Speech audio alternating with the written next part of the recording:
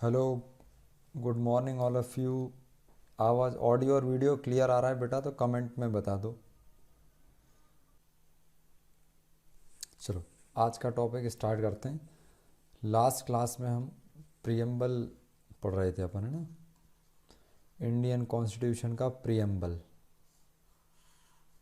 ठीक है, last class में प्रियम्बल। गुड इवनिंग अभिषेक, गुड इवनिंग। प्रस्तावना, भारतीय संविधान की प्रस्तावना। तो हमें प्रस्तावना के हम अभी एलिमेंट्स को देख रहे थे। एलिमेंट्स, ठीक है, जो हमारे प्रस्तावना के तत्व हैं, इन तत्वों को हम देख रहे थे अभी। तत्व। और आज जो हम वर्ड देखने जा रहे हैं वो है ब्रदरहुड, जिसको हम यहाँ पे फ्रेटर्निटी की भी बात कर रहे हैं। फ्रेटर्निटी, जिसको भाईचारा भी कहते हैं हम। भाईचारा, ब्रदरहुड, फ्रेटर्निटी। तो चलिए देखते हैं क्या है भाई ब्रदरहुड। तो इंडिया में फ्रेटर्निटी या भाईचारा या भ्रातृत्व या ब्रदरहुड कैसे आप बता सकते हैं कि भाई भारत में भाईचारा है, भारत में कि जो देश है उसके अंदर भाईचारा वगैरह। तो ये हमें पता चलेगा किस चीज़ के द्वारा?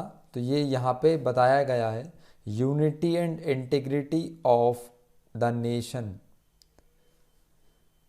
हमारे इंडियन कॉन्स्टिट्यूशन ने ये कहा है कि भाई जो भी लॉज बनेंगे, जो भी कानून बनाया जाएगा, वो कानून ऐसे होने चाहिए जिससे लोगों के बीच में ब्रदरहुड बना रहे या फ्रेंडशिप बनी रहे और लोग एक दूसरे को सपोर्ट करें। ठीक है, तो इस कॉन्सेप्ट को फुलफिल करने के लिए सिंगल सिटीजनशिप का यूज़ किया गया है।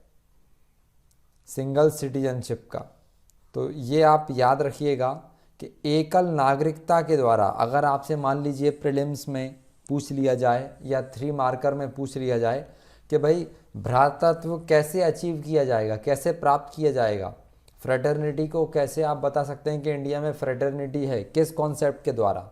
तो आप याद रखना कि यहाँ पे कॉन्सेप्ट जो आएगा वो आएगा आपका एकल नागरिकता। एकल नागरिकता। गुड इवनिंग प्रीति, प्रशांत, गुड इवनिंग बेटा। ठीक है, एकल नागरिकता के द्वारा हम कह सकते हैं कि भाई भारत में फ्रेटर्निटी है या भ्रातृत्व दिखेगा। और फ्रेटर्निटी में और क्या बताया गया है कि कॉन्स्टिट्यूशन एश्योर करेगा डिग्निटी ऑफ द इंडिविजुअल। आश्वासन, संविधान के द्वारा आश्वासन जो सभी लोगों को दिया जाएगा वो क्या है? व्यक्ति की गरिमा, मतलब एक व्यक्ति की डिग्निटी, एक व्यक्ति की डिग्निटी, उसकी गरिमा बनी रहेगी। देश या कोई भी सरकार ऐसा कानून नहीं बनाएगा जिससे किसी की भी इंडिविजुअल की डिग्निटी, उसकी इज्जत, है ना, उस पर कुछ भी प्रकार का कोई खतरा है या उसे किसी प्रकार की समस्या हो। तो ये भी फ्रेटर्निटी में बताया गया। Than unity and integrity of the nation is ensured through article 1 union of states and article 51A of fundamental rights. हमारे जो देश की, राष्ट्र की जो एकता और अखंडता है, ये एकता और अखंडता किस अनुच्छेद में बताया गया है भाई? राष्ट्र, इंडिया एक है ना? India is not a collection of states, India is A union of states. ठीक है, कलेक्शन नहीं है, ग्रुप नहीं है इंडिया। इंडिया क्या है? यूनियन है, मतलब सभी स्टेट्स इंडिया के लिए बराबर हैं, कोई भी स्टेट्स कम या ज़्यादा नहीं है। ठीक है, तो अनुच्छेद 1 में ये बात क्लियर कर दी गई है। यूनिटी, हमारे भारत की यूनिटी की जो बात कही जा रही है वो अनुच्छेद 1 में बिल्कुल क्लियर कर दिया गया है कि राज्यों का संघ है भारत। भारत जो है वो राज्यों का संघ है, किसी भी स्टेट को ज़्यादा या कम का दर्जा नहीं है, सभी क्या है? बराबर हैं। और जो भी कानून केंद्र सरकार के द्वारा बनाए जाते हैं वो सभी राज्यों में लागू होते हैं, सभी बराबर बराबर राज्यों सब में लागू होते हैं। Then and 51A of fundamental duties. तो जितने भी भारत के नागरिक हैं, सभी नागरिकों के लिए मौलिक कर्तव्य बनाए गए हैं या फंडामेंटल ड्यूटीज़ को बताया गया है। और मौलिक कर्तव्य, तो मौलिक कर्तव्य के माध्यम से इंटीग्रिटी को बताया गया है। और आर्टिकल 1 किसको बताता है? यूनिटी को बताता है। आर्टिकल 1 किसको बताएगा? यूनिटी को। ठीक है, याद रखिएगा। अनुच्छेद 1 जो है वो बताएगा राष्ट्र की एकता के बारे में, और हमारे जो फंडामेंटल ड्यूटीज़ हैं, जो मौलिक कर्तव्य हैं, ये भारत की अखंडता को दर्शाते हैं, इंडिया के इंटीग्रिटी को दर्शाया जाता है। ठीक, तो ये फ्रेटर्निटी में आप याद रखें। फिर से मैं सम अप कर देता हूँ कि अगर आपसे पूछें कि फ्रेटर्निटी को आप कैसे अचीव कर सकते हो, कैसे भाईचारा या भ्रातृत्व को प्राप्त किया जाएगा? एकल नागरिकता के द्वारा।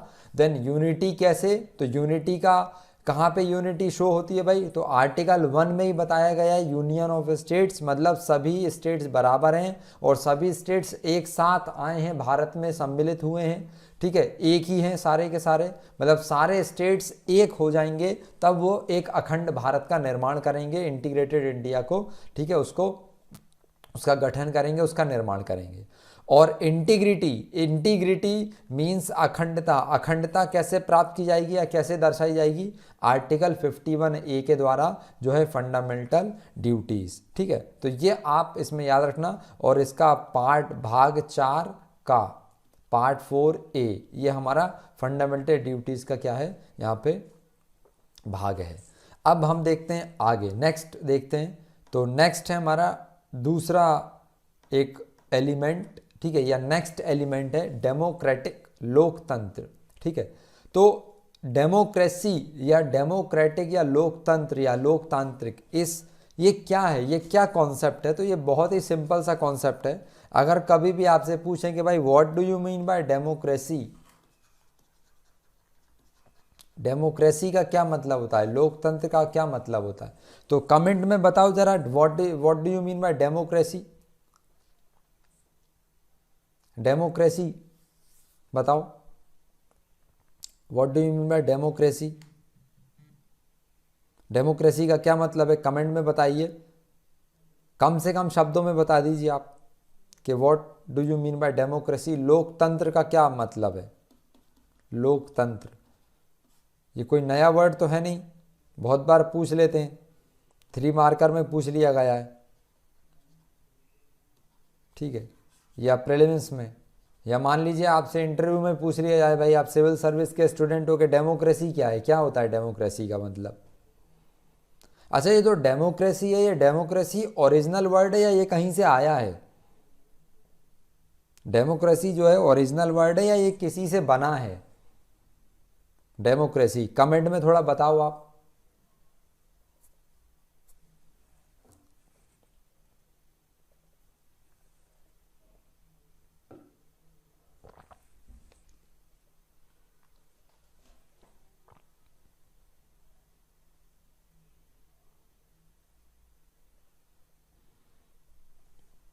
किसी को भाई डेमोक्रेसी का मतलब ही नहीं पता, अभी तक किसी ने कमेंट ही नहीं करा।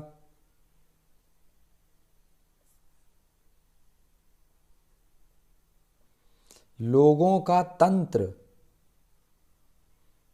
लोगों का तंत्र, संचित लोगों का तंत्र, तंत्र क्या मतलब? यहाँ पे जादू टोने वाला तंत्र, तंत्र को क्या मतलब है आपका यहाँ पे तंत्र से? प्रीति बोल रहे हैं जनता के द्वारा जनता के लिए किया गया शासन लोकतंत्र कहलाता है। अब्राहम लिंकन, ये तो अब्राहम लिंकन देखो अभी तक एक ही चीज़ है। आप एक बात बताओ भाई, अगर आप पीएससी की तैयारी कर रहे हो तो क्या पीएससी आपसे बच्चों वाले सवाल तो नहीं पूछेगा?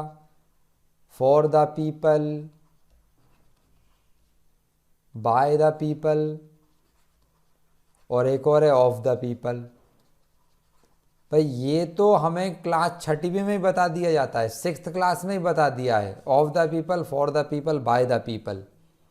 तो अगर आप ये 3 नंबर में लिखोगे, of the people, for the people, by the people, लोगों के द्वारा, लोगों के लिए, या लोगों का, कुछ डिफरेंट बताइए, इससे डिफरेंट जिन लोगों ने पढ़ रखा है वो बताओ। पीपल एंड रूल, हाँ मुस्कान बता रहे हैं, सही बता रहे हैं, पीपल एंड रूल।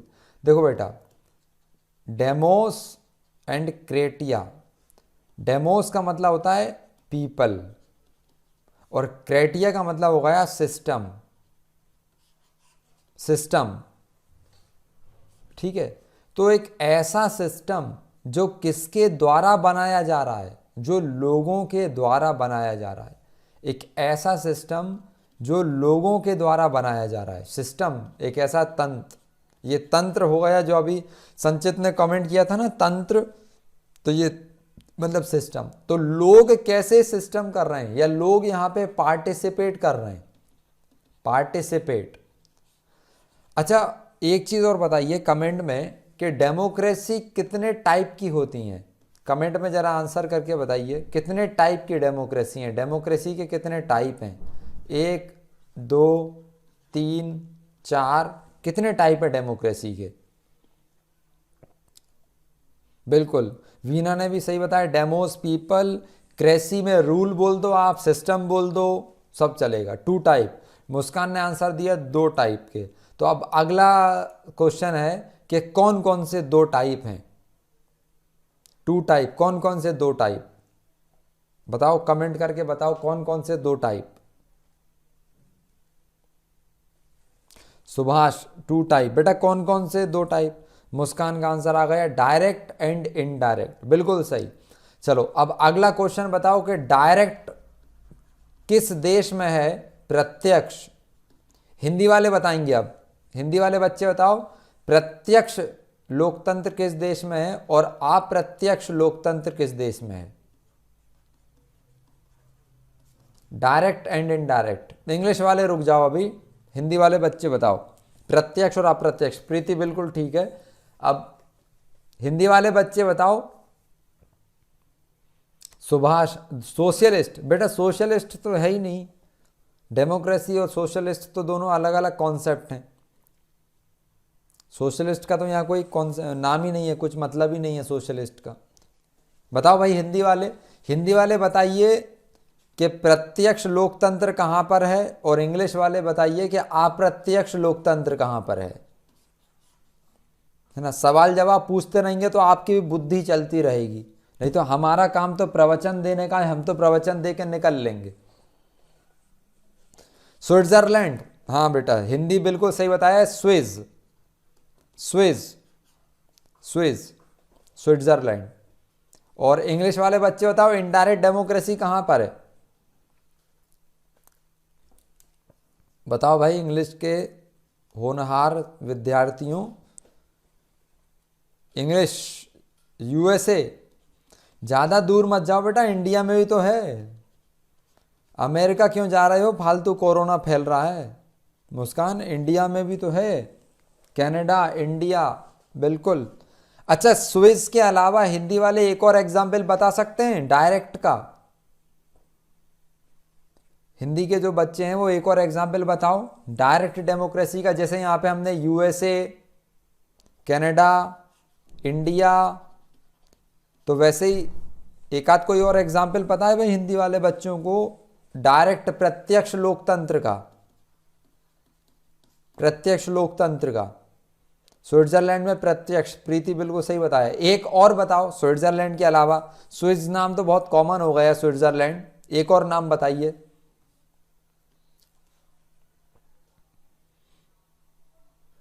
इंग्लिश वालों के लिए भी ऑफर है, इंग्लिश वाले बता दो चलो डायरेक्ट में, स्विस के अलावा इंग्लिश वाले बता दो डायरेक्ट में कमेंट में, स्विट्जरलैंड के अलावा।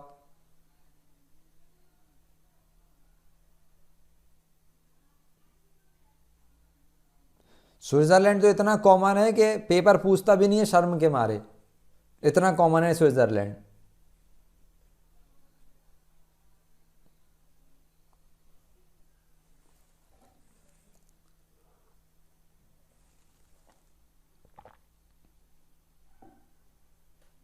बताओ भाई जल्दी बताओ। एक डेनमार्क भी है, डेनमार्क भी आप याद रखो डायरेक्ट डेमोक्रेसी में, ठीक है। तो चलो देखते हैं कि भाई डेमोक्रेसी, देखो बहुत सिंपल सा कॉन्सेप्ट है जो आपको लिखना है, of the people, for the people, by the people तो दूसरा है। डेमोक्रेसी में आप याद रखना सबसे इंपॉर्टेंट यहां पे आएगा राइट टू फ्रेंचाइज, मत अधिकार, या मत देने का अधिकार। तो किसी भी देश में अगर सिटीजन्स के पास, किसी भी देश में या किसी भी देश के नागरिकों के पास अगर उस देश में वोट देने का अधिकार है, तो आप आंख बंद करके उस देश को क्या घोषित कर देंगे कि इट इज़ डेमोक्रेटिक। ठीक है, किसी भी देश में अगर जनता के पास वोट देने का अधिकार है तो आप बिल्कुल बोल देंगे कि भाई वो देश लोकतंत्र है या लोकतांत्रिक है या लोकतंत्र है उस देश में। ये आप एक सिंपल सा कॉन्सेप्ट समझो जो सिविल सर्विस के स्टूडेंट्स को पता होना चाहिए कि राइट टू फ्रेंचाइज या राइट टू वोट जिसको हम बोलते हैं, राइट टू वोट, ये आपको बात समझना है। अब डेमोक्रेसी, जैसे अभी हमने देखा कि डेमोक्रेसी कितने प्रकार की होती हैं। डेमोक्रेसी होती है दो प्रकार की, two types of democracy, direct democracy and indirect democracy. Direct democracy में और इनडायरेक्ट डेमोक्रेसी में, वैसे तो डायरेक्ट डेमोक्रेसी वहीं पे हो सकती है जहाँ की जनसंख्या, जहाँ की पॉपुलेशन कम है, लेस है, लेकिन इंडिया जैसा एक इतना बड़ा, इतना मतलब यूनिटी इन डाइवर्सिटी, अनेकता में एकता वाला जो है यहाँ पे कॉन्सेप्ट, तो इतना ज़्यादा अलग अलग भांति भांति प्रकार के अलग अलग टाइप के यहाँ पे लोग हैं कि यहाँ पे डायरेक्ट डेमोक्रेसी पॉसिबल ही नहीं है। लेकिन जब कॉन्स्टिट्यूशन बनाया जा रहा था, कॉन्स्टिट्यूशन जो फ्रेमर्स थे, हमारे संविधान निर्माता थे, तो उनका भी ये सोचना था या उनका भी ये सपना था कि इंडिया में भी डायरेक्ट डेमोक्रेसी आए। अब अगर डायरेक्ट डेमोक्रेसी इंडिया में आएगा तो इंडिया में कोई भी कानून बनेगा तो वह कानून बिना जनता के वोट के नहीं बन सकता, बिना जनता के वोट के वो कानून नहीं बनाया जा सकता, है ना। तो इसीलिए हम यहाँ पे समझें कि जहाँ भी पॉलिसी मेकिंग में या लॉ मेकिंग में, पॉलिसी या लॉ मेकिंग में पब्लिक या पीपल या सिटीजन डायरेक्ट उनका रोल होगा, डायरेक्ट प्रत्यक्ष रूप से अगर उनकी भूमिका रहेगी, तो ऐसे देश को हम डायरेक्ट डेमोक्रेटिक कंट्री बोलेंगे। ठीक है, ऐसे देश को हम प्रत्यक्ष लोकतांत्रिक देश कहेंगे। लेकिन जहां पर जिस भी देश में जनता के द्वारा अपने प्रतिनिधियों का चुनाव किया जाएगा, जनता के द्वारा अपने प्रतिनिधियों का चुनाव किया जाएगा, उनके रिप्रेजेंटेटिव्स को इलेक्ट किया जाएगा और वो रिप्रेजेंटेटिव्स लॉ मेक करेंगे, कानून बनाएंगे, ऐसा देश आपको इनडायरेक्ट डेमोक्रेसी में रखना है। ऐसा देश कहाँ पे रखना है? इनडायरेक्ट डेमोक्रेसी में रखना है। अब मुझे आप एक सिंपल सा क्वेश्चन का आंसर दो कि क्या चाइना डेमोक्रेटिक है? क्या चाइना डेमोक्रेटिक है? आप कमेंट में बताओ, क्या चाइना डेमोक्रेटिक है? Is China is a democracy? या जो हम कोरिया की बात करते हैं ना, हम खतरनाक कोरिया, कौन सा खतरनाक Korea? North Korea, Kim Jong वाला जो कोरिया है, क्या वो डेमोक्रेटिक है? क्या वो डेमोक्रेटिक है? बताओ, कमेंट में बताओ, क्या चाइना, क्या नॉर्थ कोरिया डेमोक्रेटिक है? बताइए कमेंट में।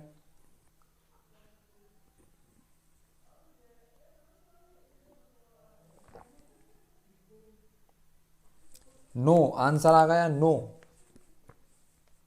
बिल्कुल आंसर नो। और बताओ, देखो अगर हम बहुत वाइड कॉन्सेप्ट की अगर हम बात करेंगे ना, कि बहुत बहुत बड़े कॉन्सेप्ट की अगर बात करेंगे, नो, सबका आंसर नो आ गया। देखो बेटा, चाइना को लोग ये जानते हैं, चाइना को क्या बोलते हैं कि भाई चाइना जो है ना वो कम्युनिस्ट है, कम्युनिस्ट। और नॉर्थ कोरिया को हम यहाँ पे डिक्टेटरशिप जानते हैं, हम डिक्टेटरशिप। नॉर्थ कोरिया में क्या बोल दिया हमने? डिक्टेटरशिप।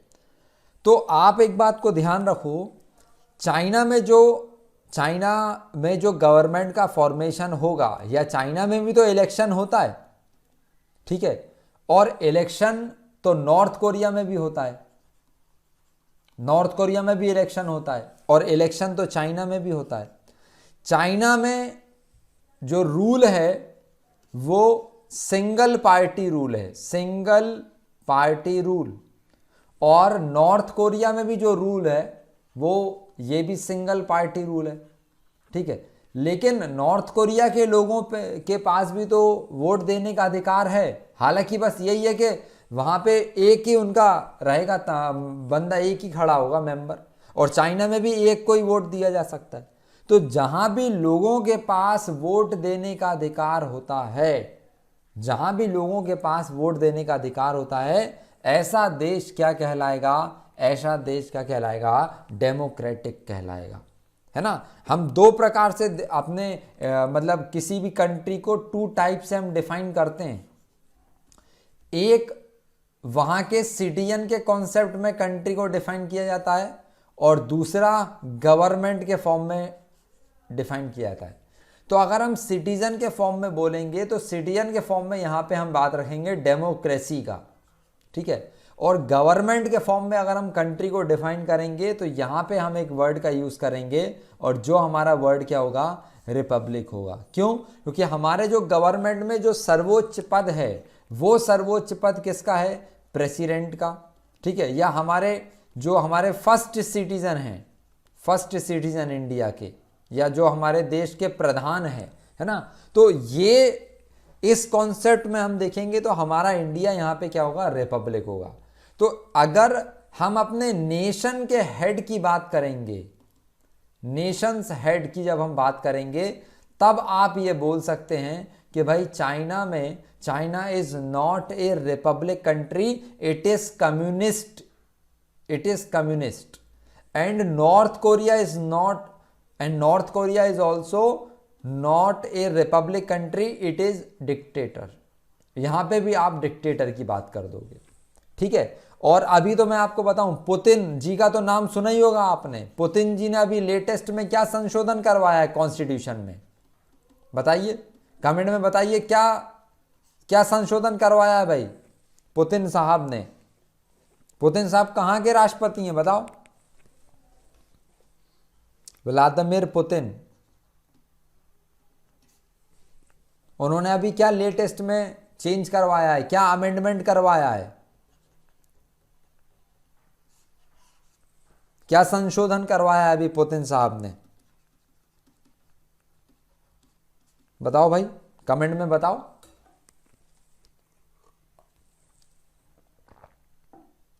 क्वेश्चन आंसर चलते रहेंगे तो भाई आपको भी कुछ दिमाग चलाने का मौका मिलेगा। रूस, बिल्कुल। तो रूस के जो प्रेसिडेंट साहब हैं, इन्होंने क्या अभी करवाया है चेंज?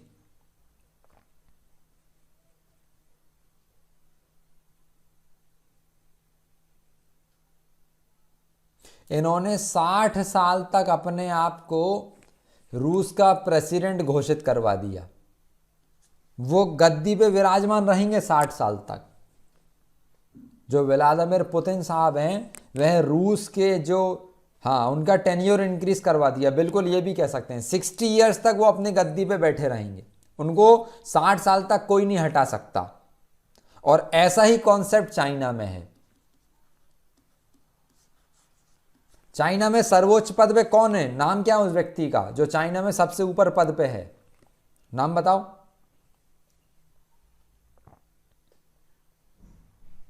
बताइए, चाइना में जो सबसे ऊपर पद पे है वो कौन है?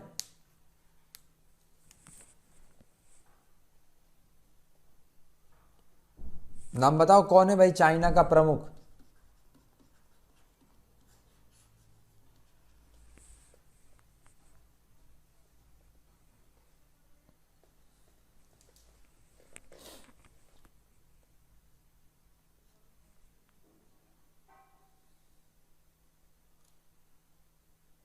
कमेंट में आंसर दो फटाफट। बहुत टाइम लग जाता भाई। क्या सर्च वर्च करते हो क्या गूगल पे? हाँ, मुस्कान, शी जिनपिंग। तो जिनपिंग जब तक नहीं मरेगा ना, तब तक वह चाइना का क्या रहेगा? हेड रहेगा।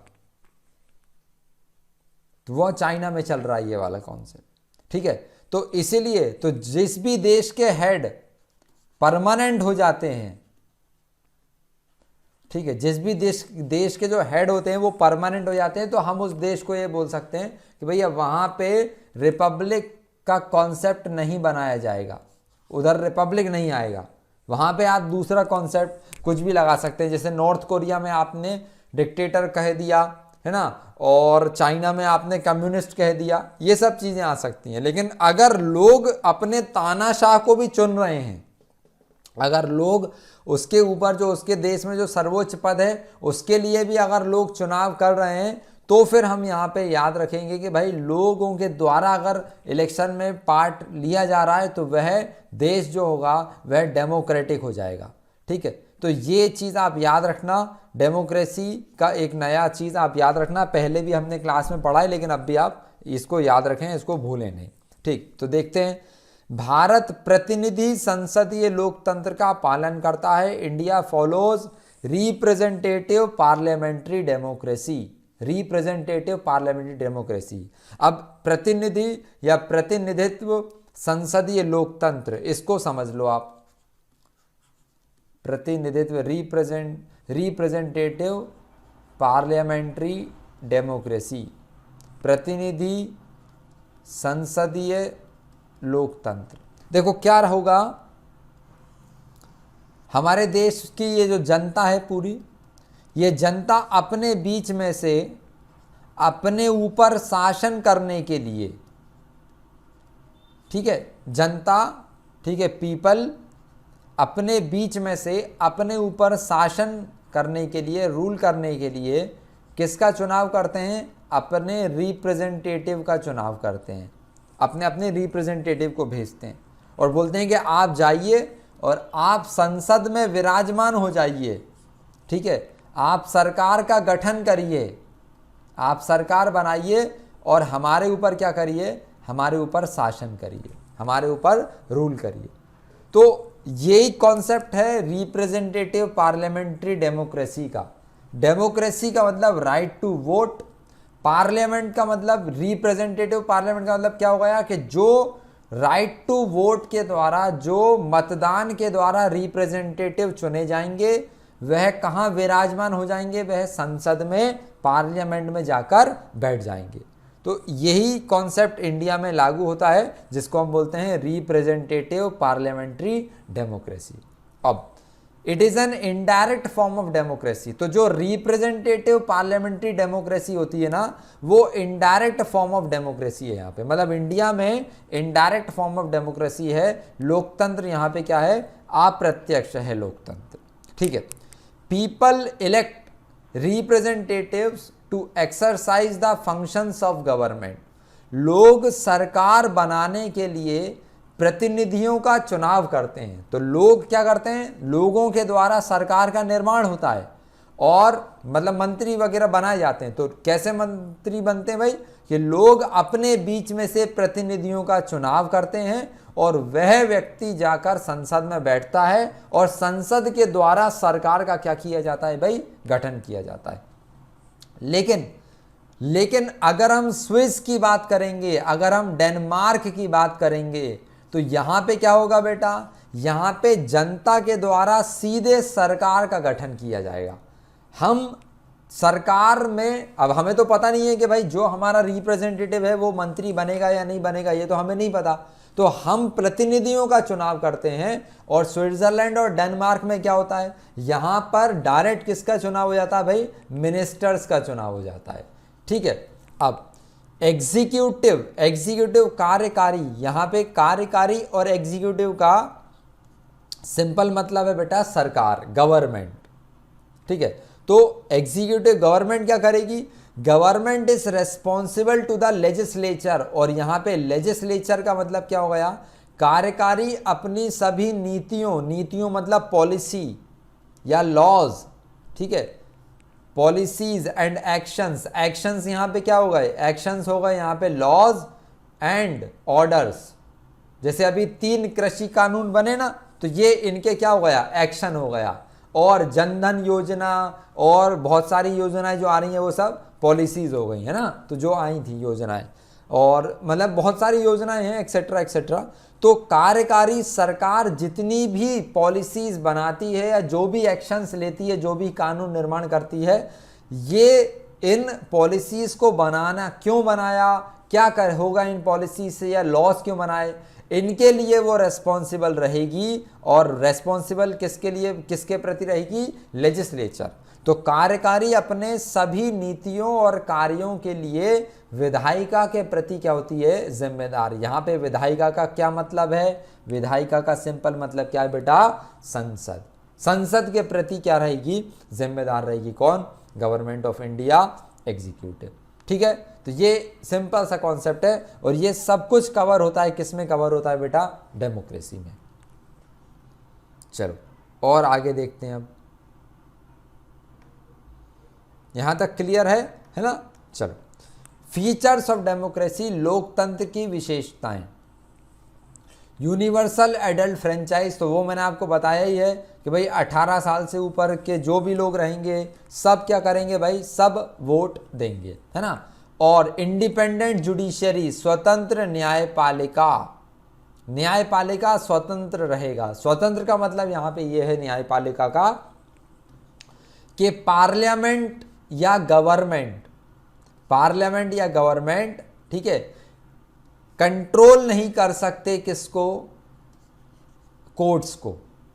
ये आपका सिंपल सा कॉन्सेप्ट है। इंडिपेंडेंट जुडिशरी का मतलब इतना सा है कि पार्लियामेंट और गवर्नमेंट ये कंट्रोल नहीं कर सकते किसको, जुडिशरी को। अगर पार्लियामेंट ने कोई कानून बनाया और वो कानून अगर किसी भी व्यक्ति को प्रॉब्लम क्रिएट कर रहा है तो उस कानून को समाप्त करवाने के लिए डायरेक्ट व्यक्ति कहां पर जा सकता है, सुप्रीम कोर्ट जा सकता है, अगर उसके फंडामेंटल राइट्स में किसी प्रकार का कोई प्रॉब्लम क्रिएट हो रहा है ना। फंडामेंटल राइट्स, मौलिक अधिकारों में अगर मौलिक अधिकारों की कटौती हो रही है, फंडामेंटल राइट्स को कर्टेल कर रहा है अगर कानून, ऐसा कानून अगर पार्लियामेंट ने बनाया है या ऐसा कोई एक्शन अगर गवर्नमेंट ने लिया है, तो उस कानून को न्यायपालिका समाप्त कर देगी। इस काम समाप्त करने के लिए न्यायपालिका पूरी तरीके से क्या है, स्वतंत्र है। ये कॉन्स्टिट्यूशन में ही लिखा गया ये वाली बात। अब रूल ऑफ लॉ, विधि का शासन। तो जैसे पुराने टाइम पर क्या होता था बेटा, हमारे देश में है ना, राजा महाराजा का शासन होता था, राजा महाराजा शासन करते थे, किंग और एम्परर का शासन होता था। वो जो बोल देते थे वो इस भारत में लागू हो जाता था पुराने टाइम पे। लेकिन अब क्या होगा, अब हमारे देश में लॉ का शासन होगा, रूल ऑफ लॉ, लॉ का शासन जिसको हम बोलते हैं रूल ऑफ लॉ। मतलब हमने अपने देश में एक सर्वोच्च कानून बनाया जिसको हम बोलते हैं संविधान, और संविधान के द्वारा ही पूरा का पूरा देश क्या किया जाएगा, चलाया जाएगा। तो कानून बना दिया और कानून के द्वारा ही सब कुछ होगा, तो इसे हम बोलते हैं रूल ऑफ लॉ। ठीक है, तो यहां पे लॉ मतलब मदर लैंड लॉ, मातृभूमि का कानून। और मातृभूमि का कानून हमारे यहाँ पे एकमात्र, जिसको हम क्या बोलते हैं, कॉन्स्टिट्यूशन, हम इसको बोल रहे हैं। एक ही चीज है, कॉन्स्टिट्यूशन। तो भारत में किसी व्यक्ति विशेष का शासन नहीं होगा। भारत में जो राष्ट्रपति ने कह दिया ऐसा नहीं है। भारत में जो भी संविधान द्वारा जो भी व्यवस्था बनाई गई है उस व्यवस्था के अनुसार भारत में सब लोग काम करेंगे, वैसा ही शासन चलेगा।